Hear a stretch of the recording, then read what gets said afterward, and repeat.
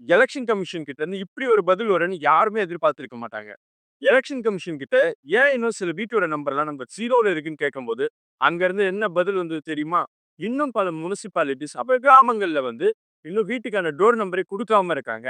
அதனால தான் வந்து நாங்க இன்னும் நம்பர் 0ன்னு போட்டு பதிவு பண்ணியிருக்கோம் அப்படின்னு சொல்லியிருக்காங்க. அப்போ இன்னும் வீட்டு நம்பர் 0ல இருக்கு அப்படின்னா, இன்னொரு கேள்வி எழதான் செய்யுது. என்னன்னா, ஒரு சில பேருக்கு ஏபிசிடில கண்ட எழுத்தையும் போட்டு, இதுதான் உங்க அப்பா பேரு அப்படின்னு சொல்லி குடுத்துருக்காங்க.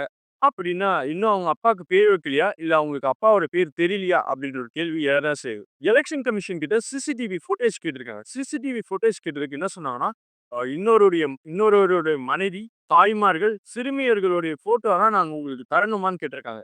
இதுல என்ன கேள்வி எழுதுன்னா, அவங்க எல்லாமே சிவிலியன்ஸ் தானே! நீங்க சிசிடிவி கேமரா வச்சு படம் எடுக்கிறதுக்கு முன்னாடி, அதாவது ஓட் பூத்துக்கு வராங்க. அவங்க வந்து சிசிடிவி கேமரா வச்சு ஃபோட்டோ எடுக்கிறீங்க அப்படின்னா, இல்ல வீடியோ எடுக்கிறீங்க அப்படின்னா, அதுக்கு முன்னாடி அவங்க கிட்ட ஏதாவது சைன் கீன் நீங்க சொல்ற அந்த அஃபிடவிட்ல ஏதாவது சைன் கீன் போட்டு வாங்குனீங்களா என்ன?